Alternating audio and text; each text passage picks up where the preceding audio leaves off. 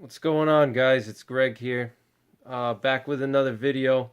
This time I'm going to talk to you guys today about the KISS principle, which is keep it simple, stupid. And basically, I've been wanting to do this video for a long time. Just haven't had time to make a video. I've been kind of busy lately, so sorry I haven't been able to get a video out. But I found a few minutes tonight to do a video because tomorrow's snow day. We got a snowstorm coming in, so I got some time to make a video. But basically, what I want to talk about is the keep it simple, stupid principle, and how you can apply it into self defense and home defense. I'm just gonna change the camera around here, and how you can apply it to home defense. And basically, my background mostly is as a security guard for working in the nightclub business, bars and stuff like that. I've worked at multiple bars, small bars, big bars, nightclubs.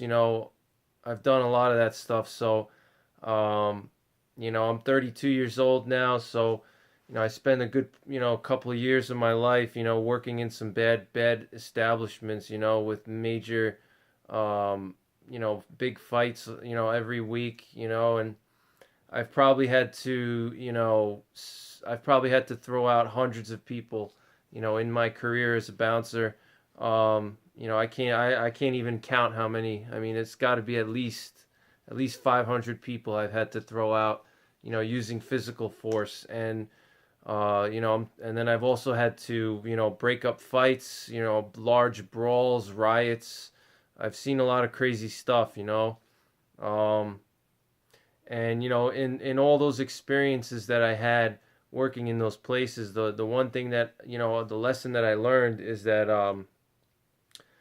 you know, keeping it simple is basically what kept me safe and what prevented me from getting hurt. And basically, when you're in a stressful situation, if you get into a fight with somebody, or you're getting into a shootout with someone, or somebody breaks into your home, you don't want to bog your mind down with too much stuff, and clutter your mind with, like, all kinds of, like, advanced tactics and advanced techniques. You want to keep things as simple as possible, because that's the way our body is designed, is through repetitive motion, through doing things constantly. You develop muscle memory, and things become automatic. So it's hard to practice. For example, let's say like hand-to-hand combat. It's great if you know like 10 different martial arts, and you're a black belt, and all different thousand different wrist locks and finger locks and all kinds of pressure points. And it's great if you know that, but it's not practical in many situations. It's not practical. And I'm telling you this from my experience, from seeing people fight, crazy people that are on drugs and they're fighting each other,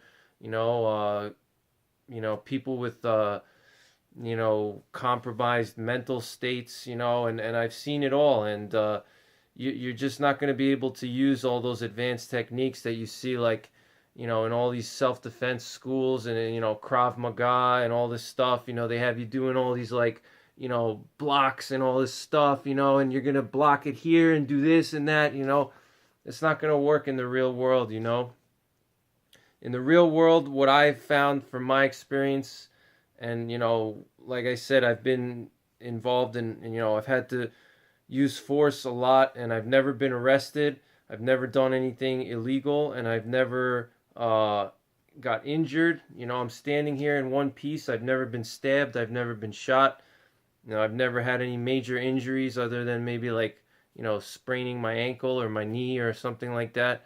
I've never been punched. I've never had any, major things happen to me. And the reason why is that I kept it simple. And the things that work in a stressful situation, your mind is just going to automatically go into survival mode. And when you're in that kind of survival mode, you know, you're not gonna remember all these like advanced techniques. You're gonna lose it. You know, you're not gonna remember it because you're just gonna forget. You know, and it's just human nature. You know, it's the fight or flight response. You know, once that adrenaline kicks in, like if you're in your house and it's, you know, in the middle of the night and you hear like a loud bang in, you know, downstairs in your kitchen or something like that, you know, you may think that you're prepared for that and you're ready, but when that time actually comes and you hear that noise, you know, your adrenaline is going to be pumping.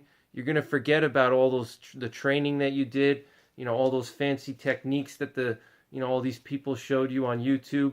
It's all going to go out the window, and what you're going to revert to is simple, you know, basic mechanical movements, you know, that are going to save your life, you know. So, and if we're talking about, you know, shooting, then, you know, we're talking about basic shooting stances, you know, master the basics, you know, master your fundamentals of marksmanship, you know, master your basic stances, you know, your standing and your kneeling stances, you know, don't get too crazy with these you know, advanced types of things where you have people like laying down and shooting between their legs and, you know, all this crazy stuff, you know, don't get into that. Master the basics. Same thing with hand to hand, combat, which is something that I know about.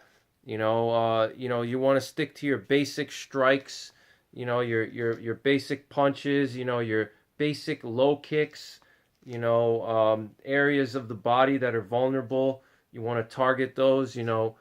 If we're talking about choke holds, you know, you want to do your basic choke. I'm not going to really go into that because, you know, chokes are a whole separate topic, and I don't want to, I don't condone using chokes because you can kill someone if you don't know what you're doing.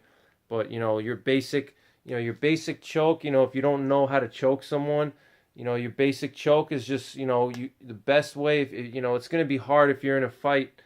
In my situation when I was a bouncer, it's hard to get a rear naked choke on somebody. Like in the UFC, they get the rear naked choke in there.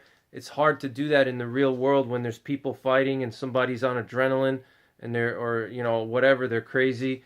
The easiest thing is to just get your elbow here right into their Adam's apple's going to go right in here, and you're just going to hold like this, and you're just going to pull back, and depending on what you want to do, if you want to do a blood choke, then you want to make sure that their Adam's apple is right in here, and you're going to be choking them with your forearm and your bicep, and you're just going to pull back like this, and you could pass somebody out with minimal effort. You don't have to be strong, as long as you're squeezing the carotid arteries here on the side of the neck, you squeeze them, and the person's going to pass out in seconds, So you can incapacitate someone, and let's say you're in a situation where there's an active shooter, or you witness some type of violent crime, and you feel like you have the opportunity to intervene and help somebody and save someone's life, or save them from bodily injury, or let's say you witness like some woman getting raped or something,